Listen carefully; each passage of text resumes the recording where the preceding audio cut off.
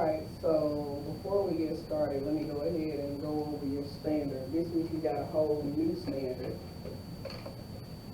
8I6, that's not a 1, that's an I. It is determine and identify the author's point of view or purpose in a text and analyze how the author acknowledges and responds to conflicting evidence or viewpoints.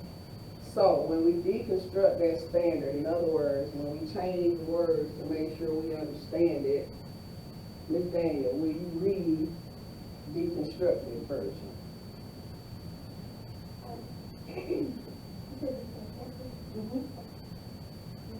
That means read it again with the red and green words. Identify an author's point of view or purpose in a text and break down how the author's knowledge and response to the conflicting truth or perspective. Okay, so after I read it and she deconstructed, Ms. Wiggins, tell me what it means all together in just your language. What is that saying? Now notice those arrows between point of view and purpose. What does that mean to you? Point of view and purpose. What does that arrow between the two mean? Okay, what? How you see it? What is purpose? What it's supposed to tell you. So it's kind of sort of the same thing. Point of view and purpose is pretty much the same in this context. All right, anybody tell me what this means in English. What does that standard say to you in English? Anybody?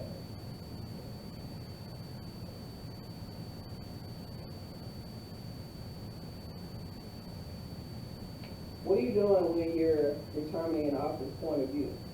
What are you doing? You're trying to tell me how the author sees it. You want to figure out how the author is trying to get you to see it. And then after, what are you doing? Well, not just that, but get to the other half of it. Yeah, but when you analyze it, what are you analyzing and what are you talking about?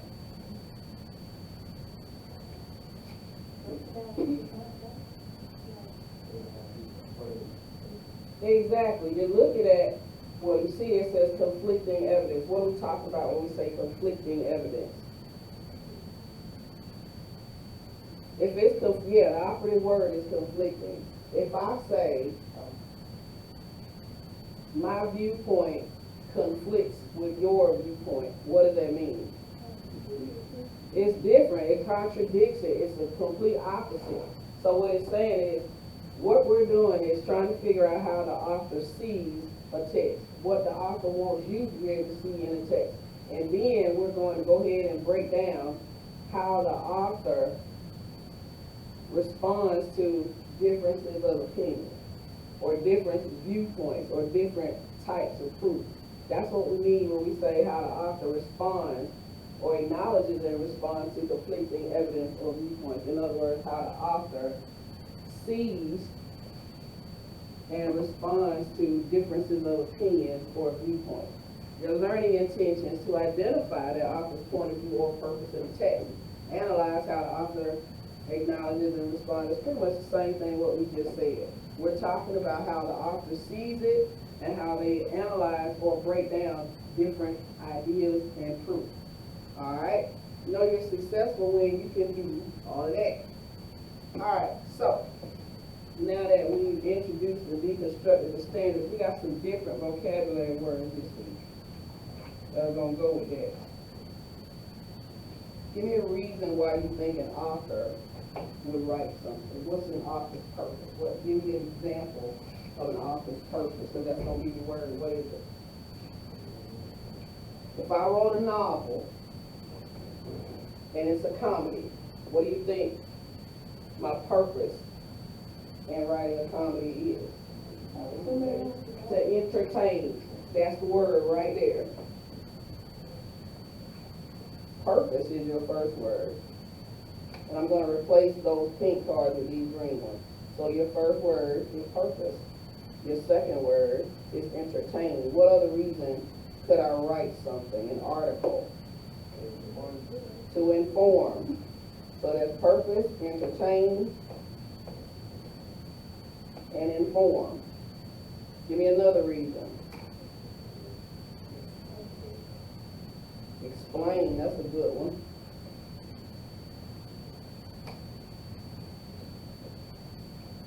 What if I want you to believe what I believe? To persuade. That's a good one.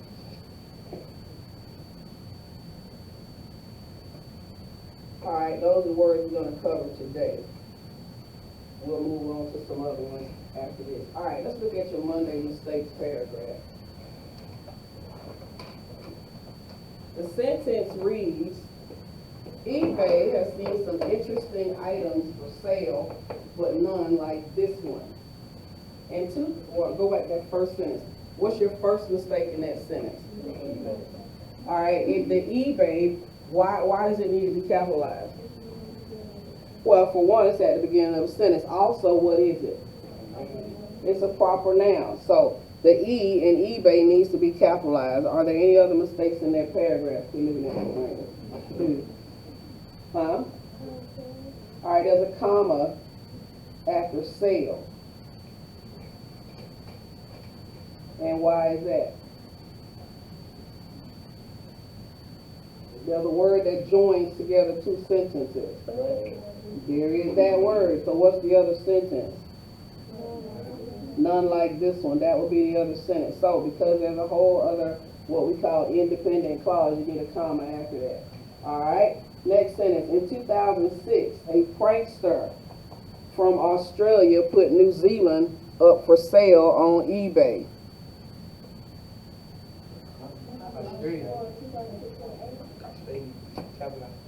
Okay, somebody said 2006. You need a comma after 2006. And then what? Australia needs to be capitalized.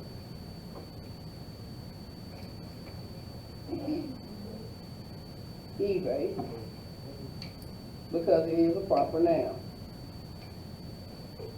All right, third sentence. The price climbed quick from just 1 Australian cent to $3,000. Okay, there's an error before that. Quick should be what? Quickly. The price climbed quickly from just 1 Australian cent. What's wrong with it? Australian is spelled wrong. How should it be spelled? The E should be an A.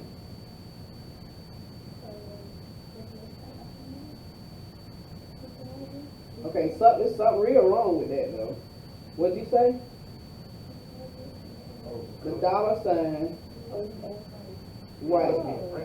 It should be in front of the 3. So when you move that dollar sign, does that change it? Do you need to change anything else? No. All right, next sentence. At that point, eBay managers pulled the auction from the website. A spokesperson said, clearly New Zealand is not for sale. There's one before that. A comma after point. And that is because the start of the sentence with a preposition. We haven't talked about prepositions, so you have? Where? That might have been last year. Oh no, wait, y'all didn't do that last year. Oh, come on. We may have mentioned prepositions, but we didn't go through a whole list of them. But yeah, at is a preposition. And it sets off that prepositional phrase. So, at that point, comma, eBay managers, proper name, pull the auction from the website. Which one is it? It's a period. So you capitalize the A spokesperson said, and then what? A comma, clearly New Zealand is not for sale. You need to capitalize that C, and then what? A period after the quotation mark becomes at the end of the sentence. Any questions about any of that?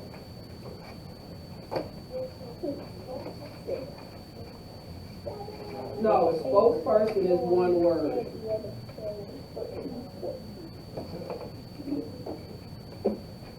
No, spokesperson is not a conjunction. You're talking about a contraction. Oh, yeah, two words put together. All right.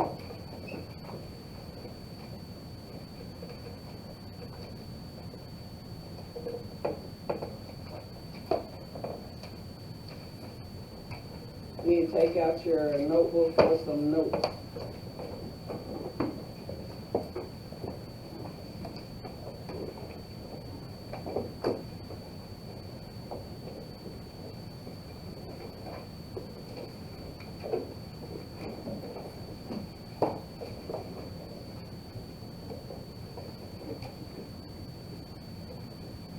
So y'all didn't know today was gold day? All right. Well, since nobody told you today is gold day, in honor of Irish Week, tomorrow is Green Day. Note to self, tomorrow is Green Day.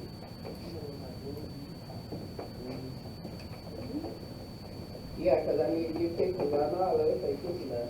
Wear your green with them pictures. All right, so I'm going to play this video, and again, we're talking about review. So if you look far back enough in your notes, you should be able to find notes on point of view. So we talked about this before. What are your three main points of view? First, second, and third. Those are the main three that we concern ourselves with. First, second, and third. Correct? Yeah, that's what we talked about. All right. Before we get into a discussion about them, let's talk about why an author writes things. Now, we mentioned it briefly in our words for today. I'm going to give you three more. We're going to keep going with those words, Adam, so we have them all by Thursday. By the way, Thursday is a short day. I can't praise him enough with the loud cymbals and everything. I can't praise him enough.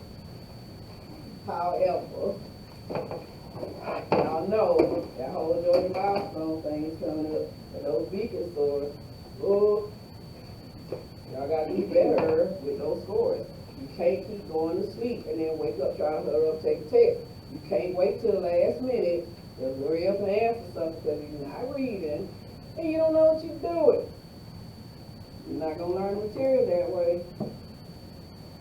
So again, we're talking point of view. When we're talking about an author's point of view, let's give this to one. Because I kind of like the other one that I saw. But that might be good too. I'm thinking Khan Academy is a video we did before. But I don't want to do the same video. Can't remember. Who found your notes from before on point of view? There it is. Right here, we're going to go with that.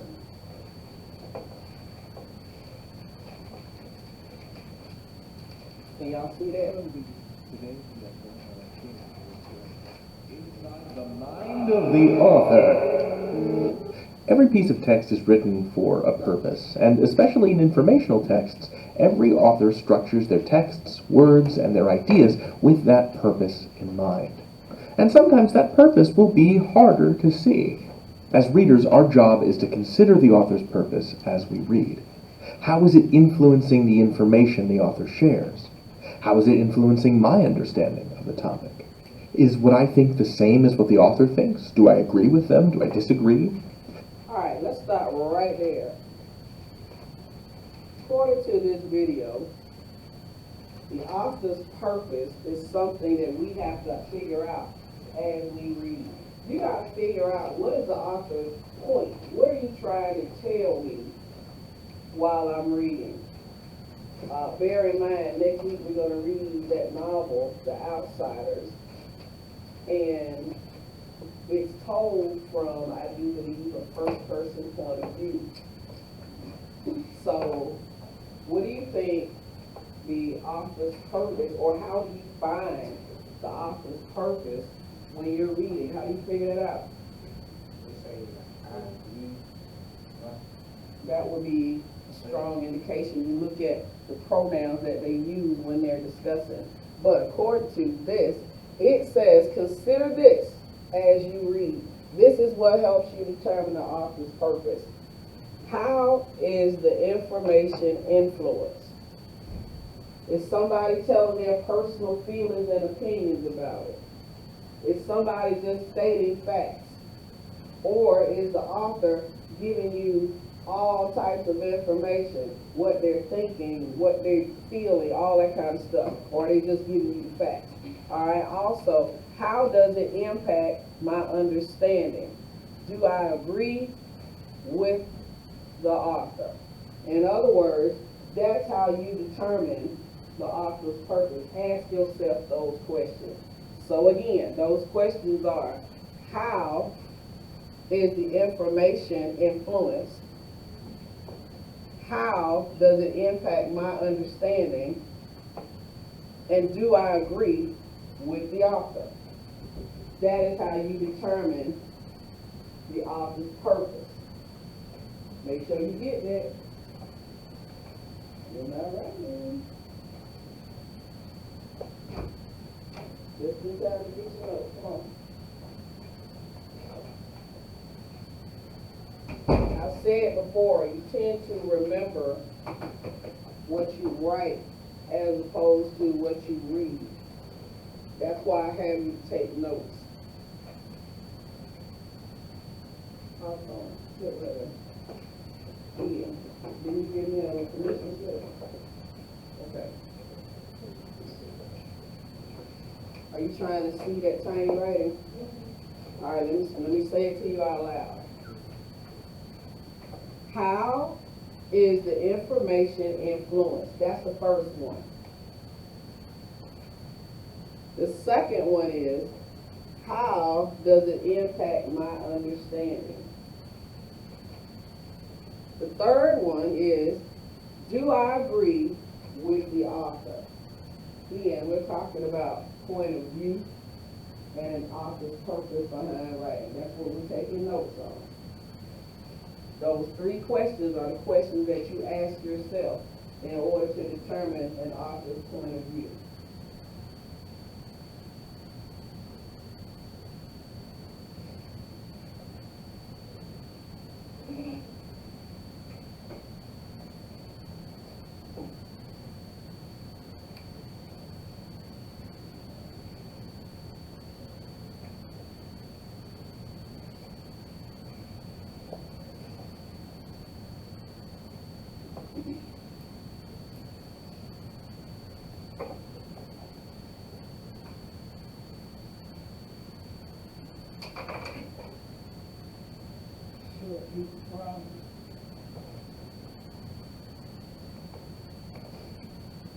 All right, y'all got that?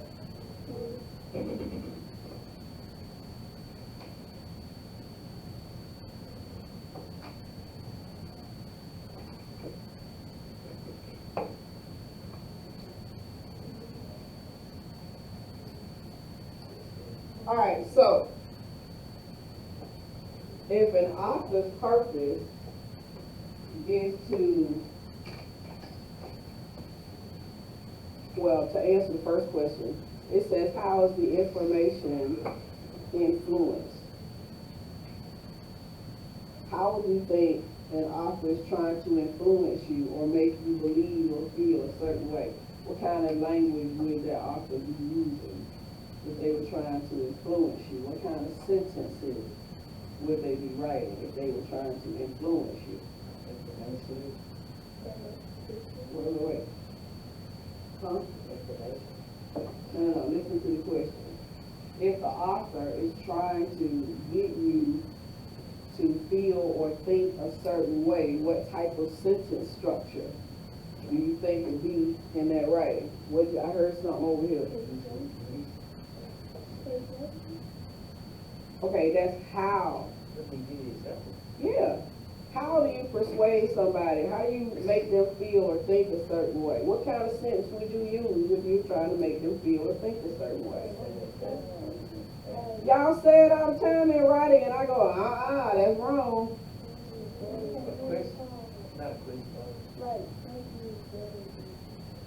Okay, that's an example if they try to convince you that one thing is better than another one. But how would they do that? It's two magic words that y'all say in your writing, I tell you all the time. Nope.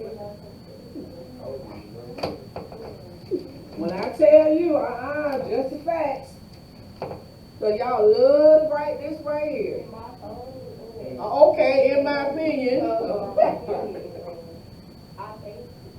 Who said it? I believe. That's it, right there. So if the author uses in my opinion or I think, what do you think they're trying to do? Which is a word for persuade. Write that down. In my opinion and I think. If an author uses that,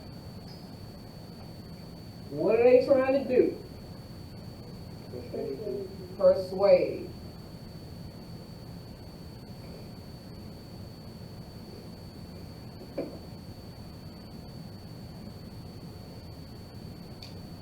But now, there's another word that means the same thing as persuade. Give me another word that means persuade. Convince.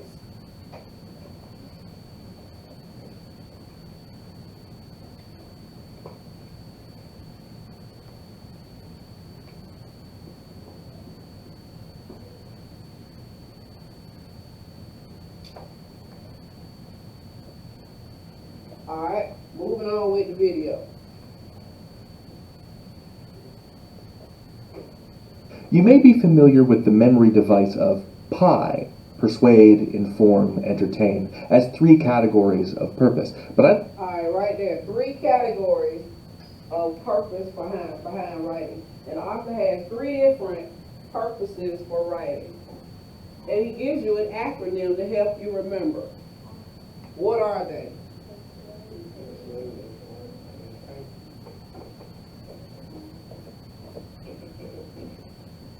Persuade, same thing as convince. But what's the acronym for this? PIE. Persuade, what's the I stand for? Inform and entertain. That's a real good way to remember an author's purpose.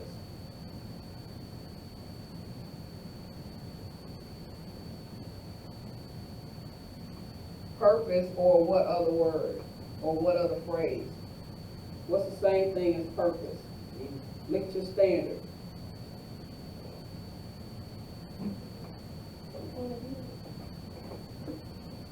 POV stands for point of view. So, we're talking about an author's point of view. An author's point of view, in the purpose of this video, gives you 3 different reasons, or 3 different reasons why, or what an author's point of view will tell you. What are they? Persuade, inform, entertain. There you go. I'd like to go deeper than that. Oh, let's go deep. I live in Washington, D.C., which is home to an entire professional class of what are called lobbyists. People whose job it is to advocate to Congress on behalf of a special interest. For example, the oil industry or the cheese industry. This isn't always bad. You can learn more about lobbyists and advocates in Khan Academy's Government and Politics course, but frequently it takes the form of someone from an industry trying to convince Congress to give them a competitive advantage over other industries. Now let's pull real-world politics out of this and pretend, for the purposes of this lesson, What that you talking about? Who has a clue? What are you talking about? Who? Be number one.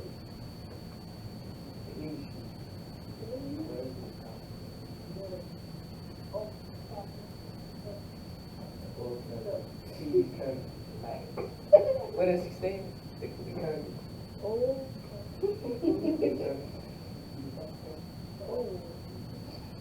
Hold on, go ahead. See, I knew y'all had no idea what the video was talking about.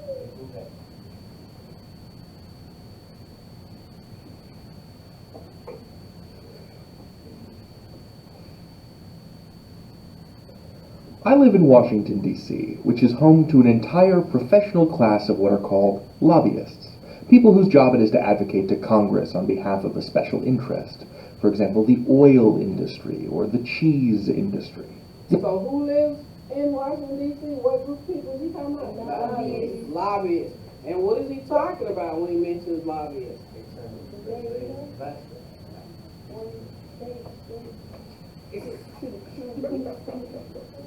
Y'all got to do better with your listening skills. Of what are called lobbyists, people whose job it is to advocate to Congress on behalf of a special interest. For example, the oil Special industry interest. or the cheese industry.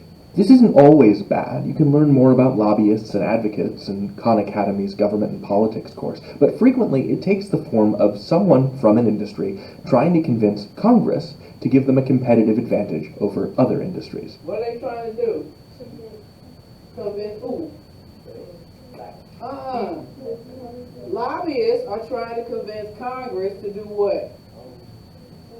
Get on Bruh, you can't just look at the picture and watch the lights. what's the name of the tree? No. Upgrade. Alright, last time. You can't be listening. To advocate to Congress on behalf of a special interest. For example, the oil industry or the cheese industry. This isn't always bad. You can learn more about lobbyists and advocates in Khan Academy's Government and Politics course, but frequently it takes the form of someone from an industry trying to convince Congress to give them a competitive advantage over other industries. Okay. Now let's pull real-world politics out of this and pretend, for the purpose... Let me give you a different kind of example that you can relate to, but y'all not getting that one. We talk about 8th grade selling snacks. Okay? 8th grade teacher, we talk about selling snacks. Where do y'all buy snacks from now? Sugar Shack. 8th grade don't make no money out of Sugar Shack. Snacks makes the money. So 8th grade has got to persuade you, the consumer, to purchase from us. So we can swing some of that down here. So my point of view, with that thought in mind, is to what? Who said that? Convince or what? Look at what's your acronym? Persuade. So I'm trying to persuade 8th grade student body to spend it down here instead of up there. Because we got stuff that we need to get done. Y'all got field trips, y'all got graduation, y'all got all this stuff going on. And we need to get some money in 8th grade. But see, y'all taking all the money up there.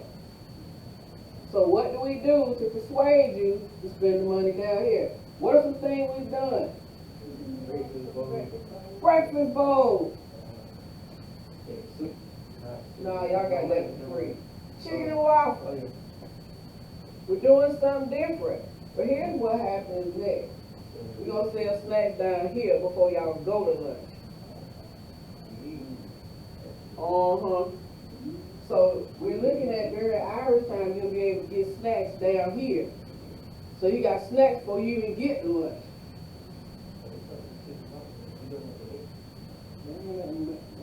We're going to get that. But now, as far as being able to purchase other stuff, like slices of pizza and the chicken and waffle, we'll do that once a week.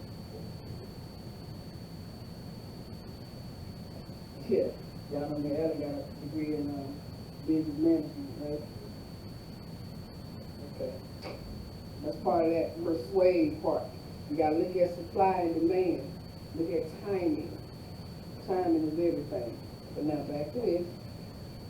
I'm gonna skip past this whole part about government because y'all ain't getting none of Purposes it. of this lesson that there are two warring lobby groups in DC. One that represents the cake industry and another that represents the pie Okay, eighth industry. grade. An and Sugar age-old Shack. conflict. So hold that conflict in your mind for That's a the second. conflict. Cake versus pie.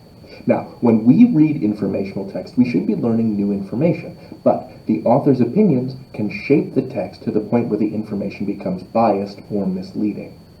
When you read Okay, what did he just say? What's that yellow line up under there? What does it say?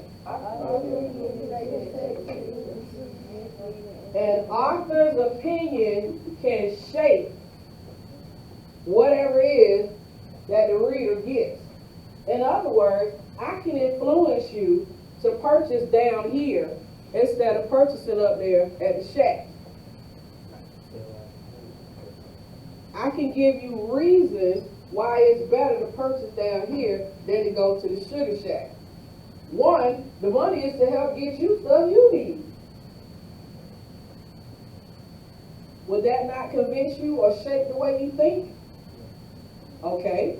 It says an author's opinion can shape text into misleading information. What if I told you that the stuff at the Sugar Shack got bugs in it? I ain't gonna buy none. You ain't gonna buy none. But is that true? No. No. But I can mislead you into believing that. The operative word is mislead.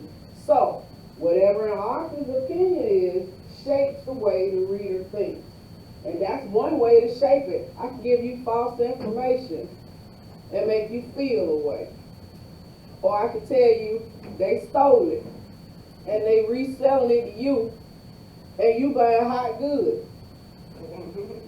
Well, now that's a lie. Again, misleading information. So be mindful that the author is not giving misleading information just to make you feel a certain way or to convince you of something.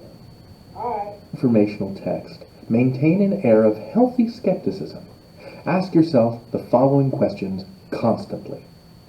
What's the author's opinion? What information did they include, or what information did they leave out? And if so, was that on purpose? What's the connotation of the author's word choice? You know, Stop right there. These are the questions that you ask yourself in determining the author's purpose. What is the author's opinion? What information did they include or leave out? Did they do that on purpose?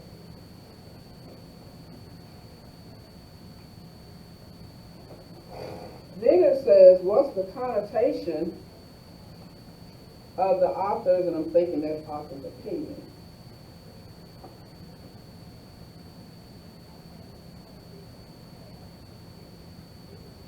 how do the words feel? And what's the overall tone? Tone is important. What is the tone?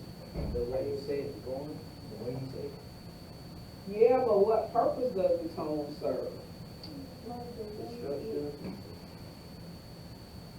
What is the tone designed to do? The way. Or.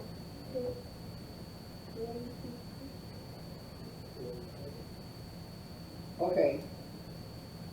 How does the way you tell it influence your opinion? If I said to you, they're buying those snacks at twice the price or half the price and then they're doubling it to you, how you gonna feel about that? Okay, so what does tone do?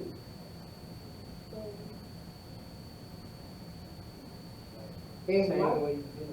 it talks about making you feel a way. Tone is all about how you feel. You know how you walk up on somebody and go, see, I heard you say it, and the first thing I'm going to say, hold on, you need to check your tone. What am I saying to you? Same way you talking. Man, how you talking to me? Tone is all about how you feel when somebody's talking to you. So an author's tone, if the author uses angry words, how do you think the author wants you to feel? Angry too. If the author is using neutral words, just stating the facts, what do you think the purpose that they're trying to get you to do? Think about it. Have a clear understanding. That's all they want you to do is have a clear understanding. If all they're doing is giving you facts, that's a clear understanding.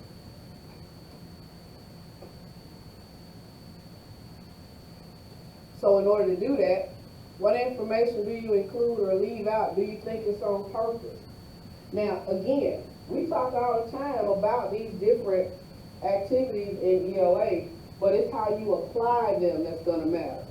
Because you're going to get an assignment after this where you get to apply these rules. What's the connotation of the author's words or word choice? In other words, how the author's word choice helps you determine the purpose or how you feel about it. And the last one, what's the overall tone we just talked about? How does the author intend, or what do you think the author intends to make you feel? Everybody there? Moving right along. Of the piece. So now we have these questions to ask ourselves. Let's return to our pie versus cake lobby fight in Washington. So imagine you're reading the Washington Post and you see this opinion column. Cake connected to cavities and poor dental health study finds.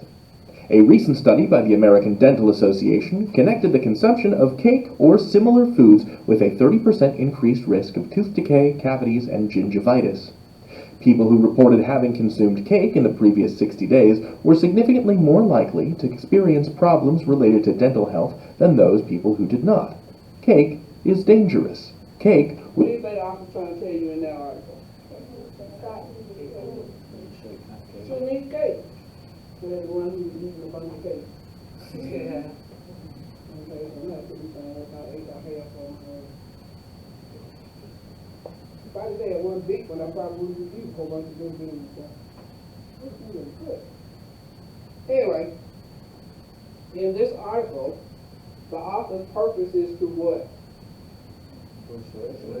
Repeat out it, and you said persuade or convince, and that is exactly what they're trying to do. They're trying to convince you that cake is bad. Well, I'm here to tell you, big girls love cake, and cake is good. But according to this article, they want to persuade you that it is not.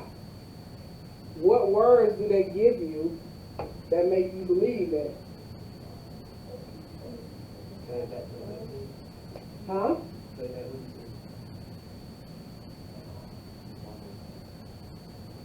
What information did he give you?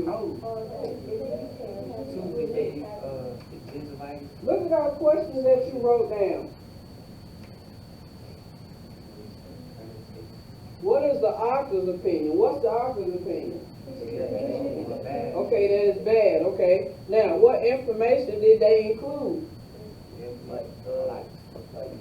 Like 30%. They gave you a statistic that said some certain number of people have gingivitis, right? So they gave you statistical information. Then the question is, did they do that on purpose? You think so? No. You don't think they did that on purpose if their whole purpose is to persuade you? If their whole purpose is to persuade you, then of course they did that on purpose. Alright, then your question is, word choice. What kind of words did they use? Big word. Decay. What else? Gingivitis, calories. What's the one word, not a big word at all, simple word? No. But all those are good words, but what's the bottom line? Bad. Bad. Cake is bad. That's the bottom line. So all those words are negative.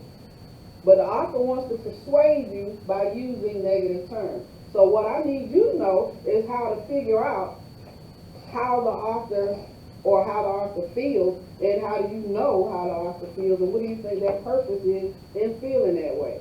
So answer them 3 questions. What's the author's purpose? So you don't like it bad. To persuade you that cake is bad. How are you supposed to make you feel about it? Same way you feel. The same way that person feels. How is it? Bad. Cake is bad. They want you to feel that cake is bad. Move on. which rarely contains fruit, will rot your teeth. And then if we squint down at the very bottom of the column, it'll say in small text, the author is the CEO of Circular Solutions, a pie advocacy network. Okay. So if you find out that the author works for a pie company, they beefing with cake. So what are they gonna persuade you for? Okay, so he can't eat pie. What do we call that? What kind of opinion do we call that? Are you with me?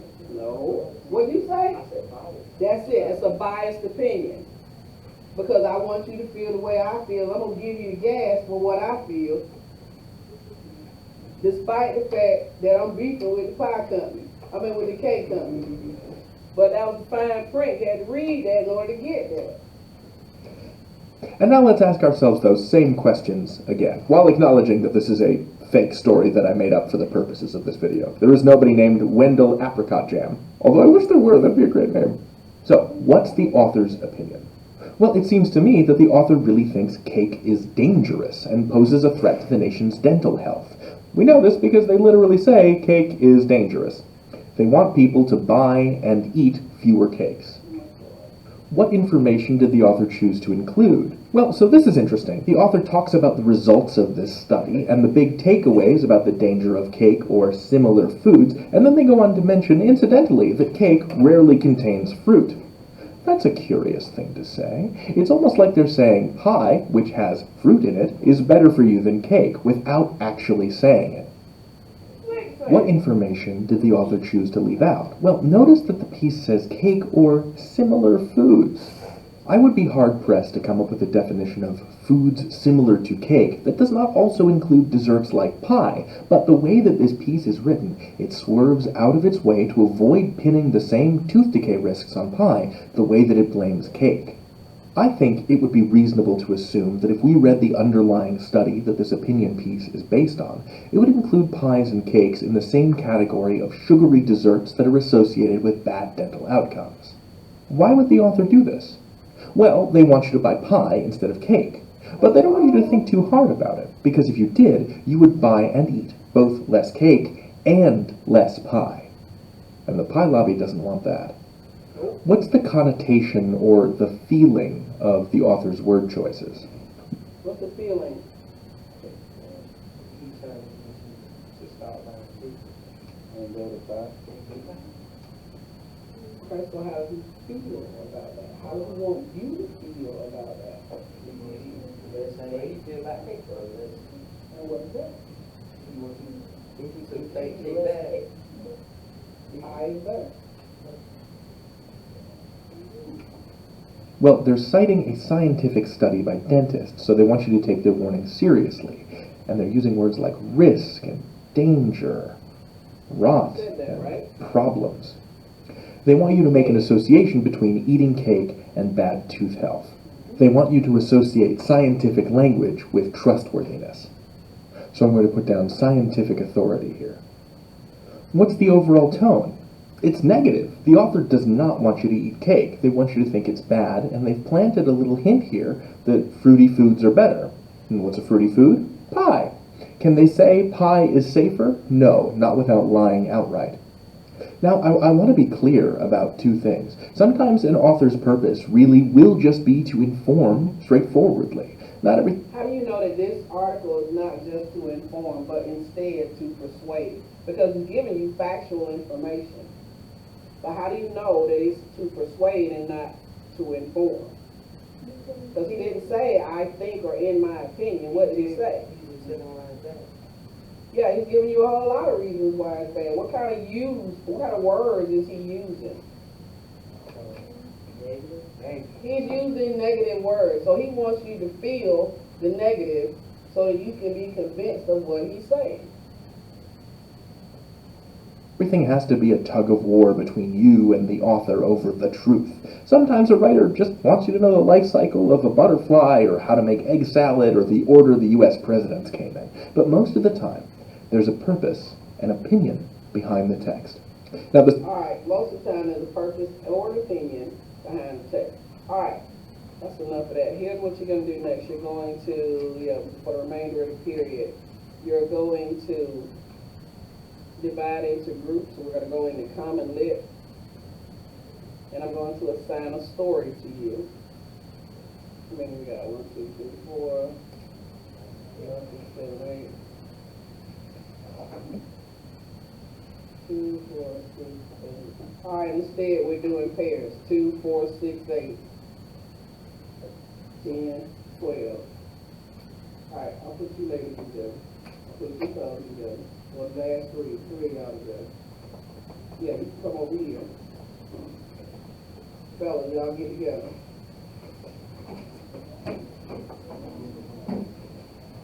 Yeah, you're gonna need your computers.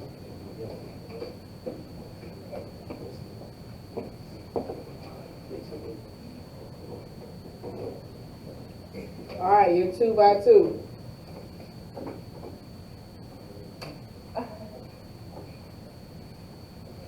Wait, I put you with 3 of them, so I got 2 groups of 3.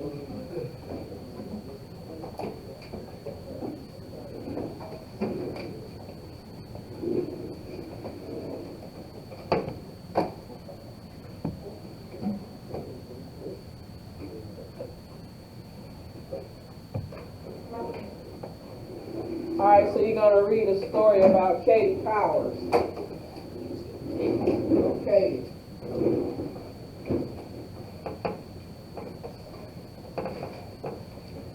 I want you to work on this together. Complete the assignments together. Now, although you're working on it together, you're going to turn in the assignments individually. Now, this is about point of view. So you're going to analyze the author's point of view. Analyze the point of view. What am I talking about? Come on now, we just went through a whole assignment. That's what I just did. Break down what? What are you doing when you break down the author's point of view? What is the author's point of view?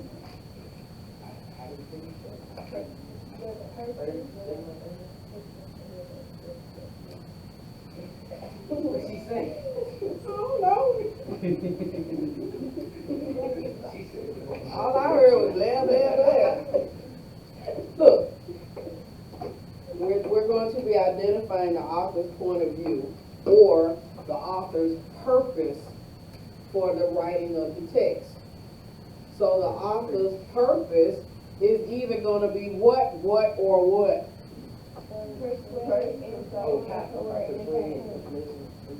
Hello. So again, you're reading this story to determine the author's point of view, and then you're going to answer the questions associated with it. So, between you and your partner or partners, I want you to read text and analyze the text in order to identify the question or identify responses to the question. And they're all about the purpose that the author has.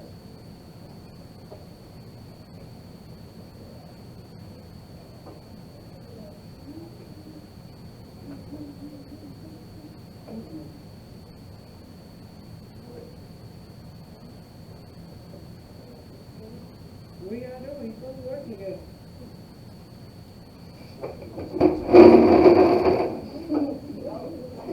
I told you to do this.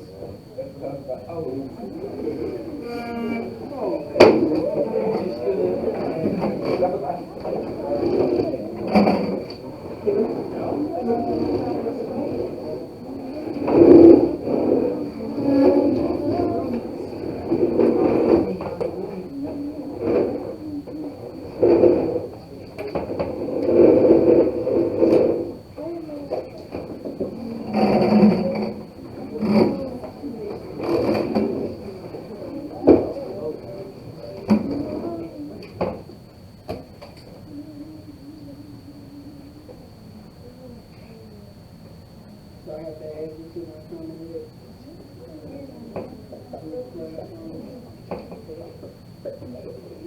Are you part of the group of friends? All right, let me first ask you that, and that'll end up with you.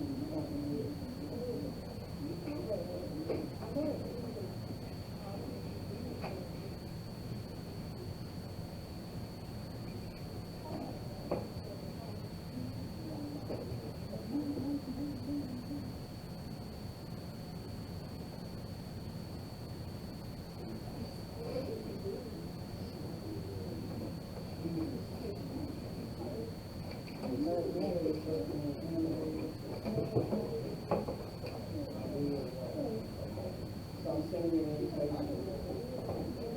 Now, if that doesn't work, I'm gonna put it. There's a code. You're supposed to get an email. Okay. That'll connect you to the comment.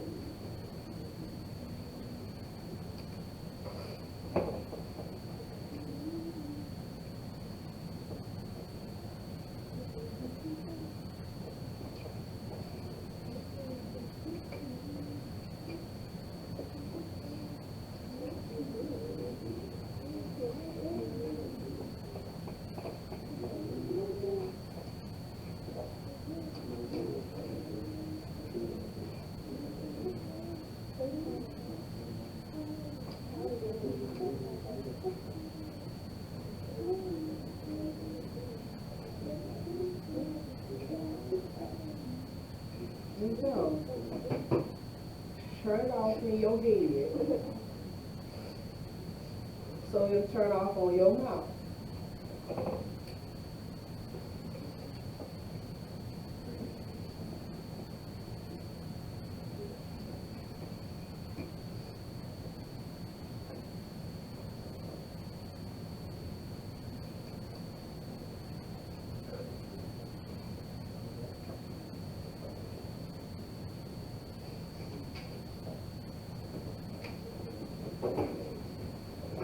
All right, I want you all to follow this on the board before you get into reading it, because the way this is doing this, we want me to show you a video.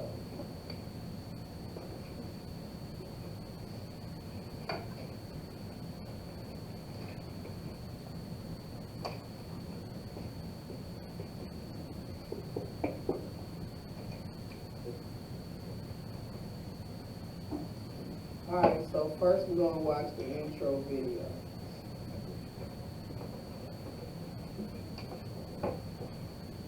We'll only be able to get started with this. We won't finish it today, but we'll get it started.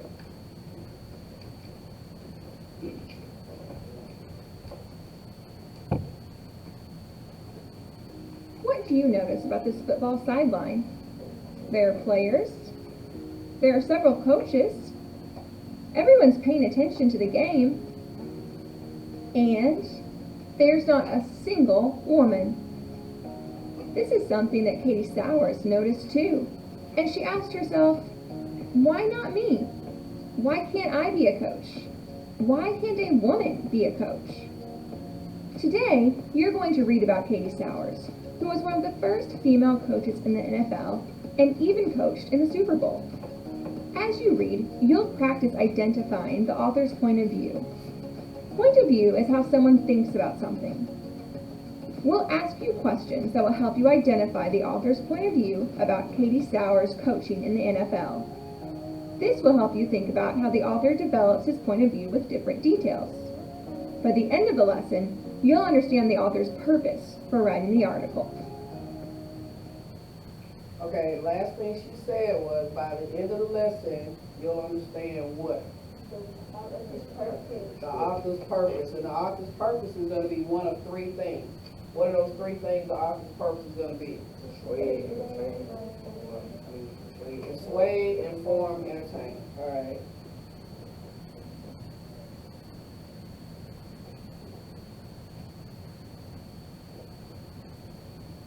All right. Oh, wait, I spelled everything wrong.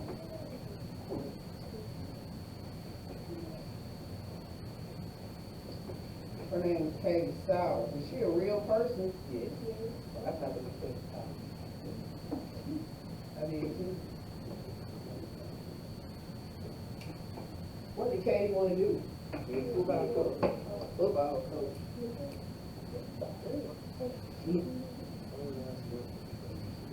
We'll find out. It says, what does the author believe about Katie Sowers and women coaches in the NFL? How does the author feel? Just watching that video, how does the author feel?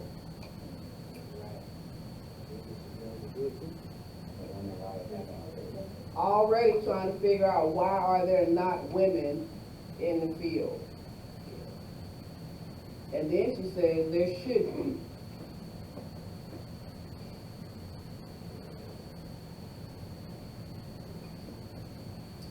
All right, so I'm going to assign this to everybody.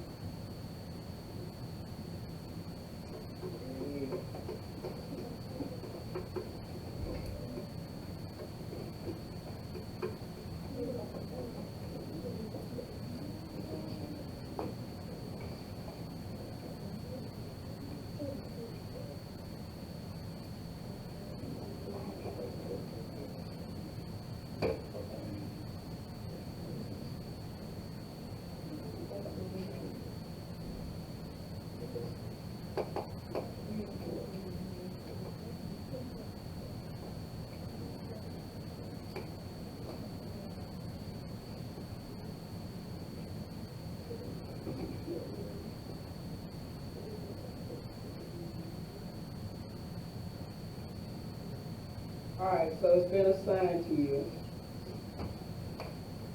Ms. Waller, do you see it? Are you not part of the Google Classroom yet? Okay, you're in your classroom, but not with the comment yet. Let me go back and look at it.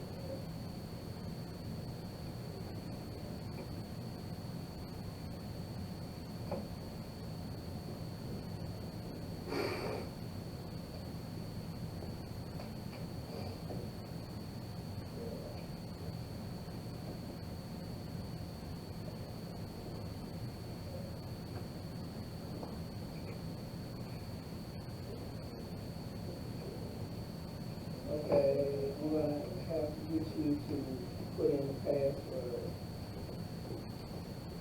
or the code.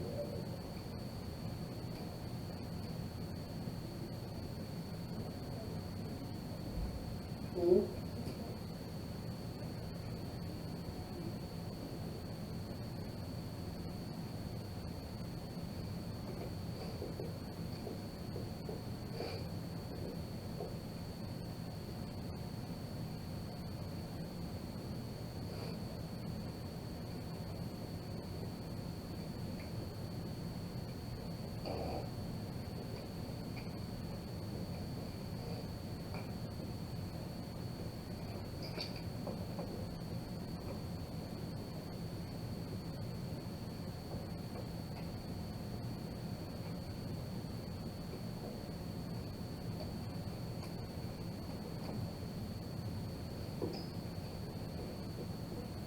Now, you do know that some of the text will be blurred until you answer the question, right?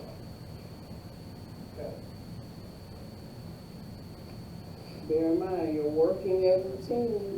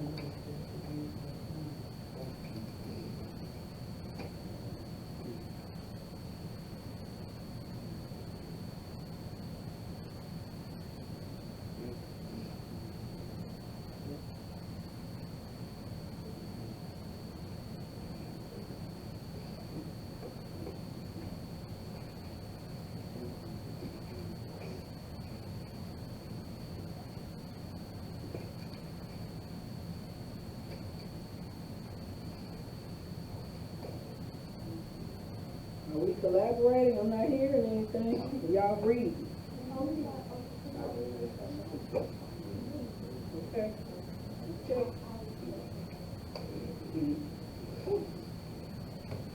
Now again, we're not gonna get done with this today.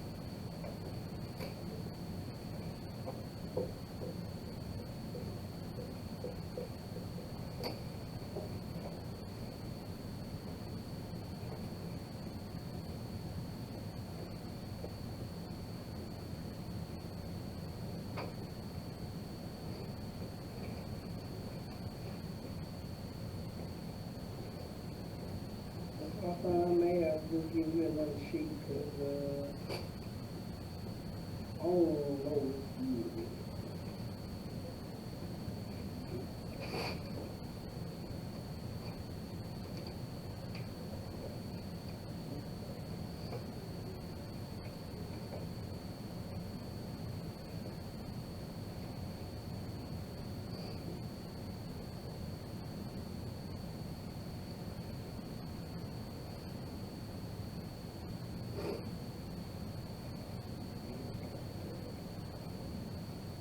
Alright, if you would group with somebody that's just sitting there, please know I grade individually.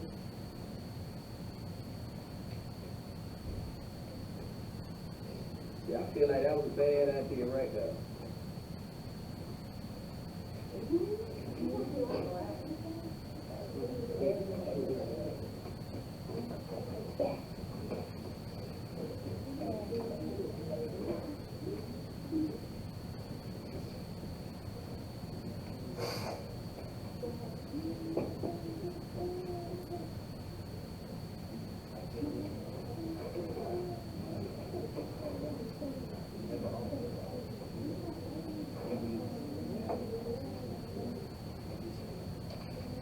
Then what?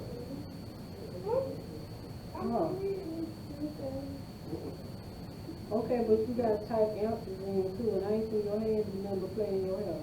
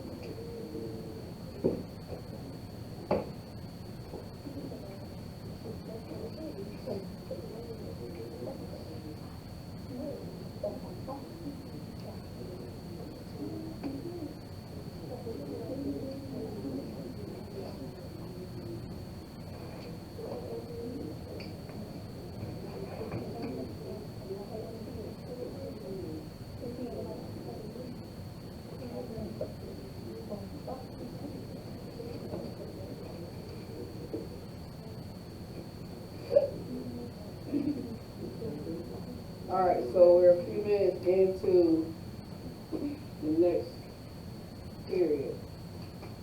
So wherever you are in the process now, just hold off and we'll pick up right there tomorrow. Go ahead and put your desk back in order.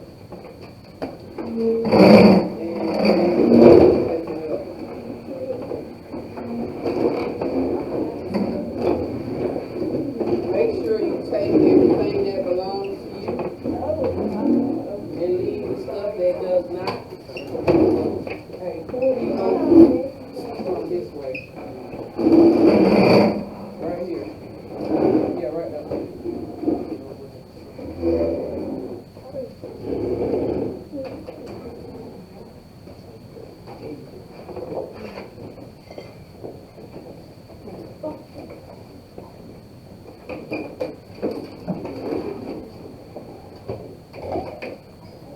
Make sure that you don't leave your library books behind.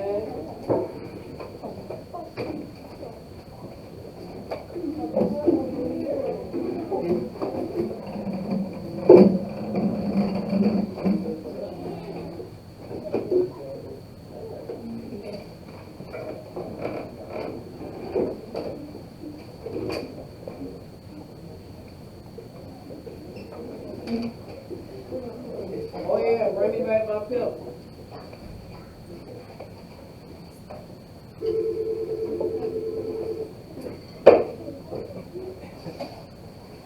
He think he talk little QB.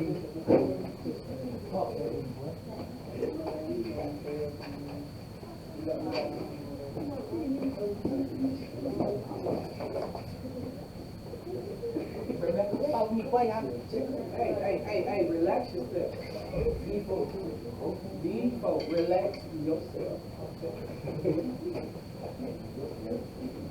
All right, get your coins together now. We're looking at some snacks this week. Snacks and pizzas. Y'all help her with that. Help her with that. No, absolutely not. Cash only. Cash only, no credit. How you doing? Okay, well, I know about that milk man.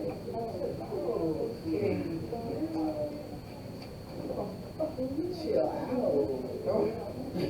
That what you said. Chill out. I like my first man.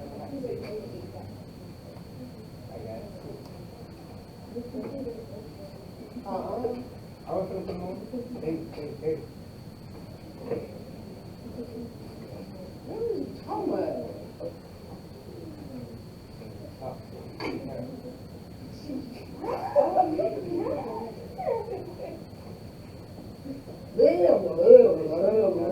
Did you hear anything I just said? Hey. Said get your coins ready so we can do snacks and pizza this week.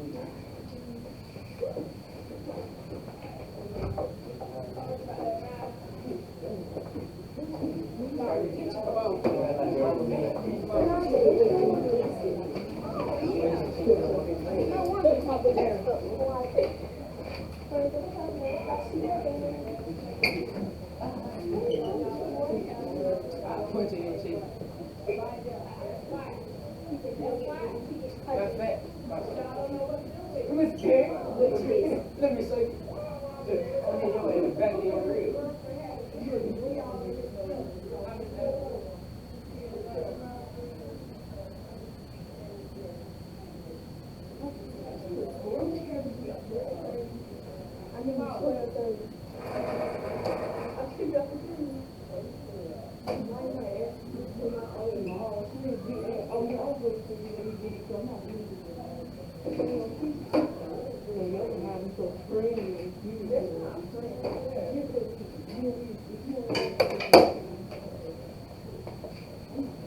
Make sure you got a journal or something to write with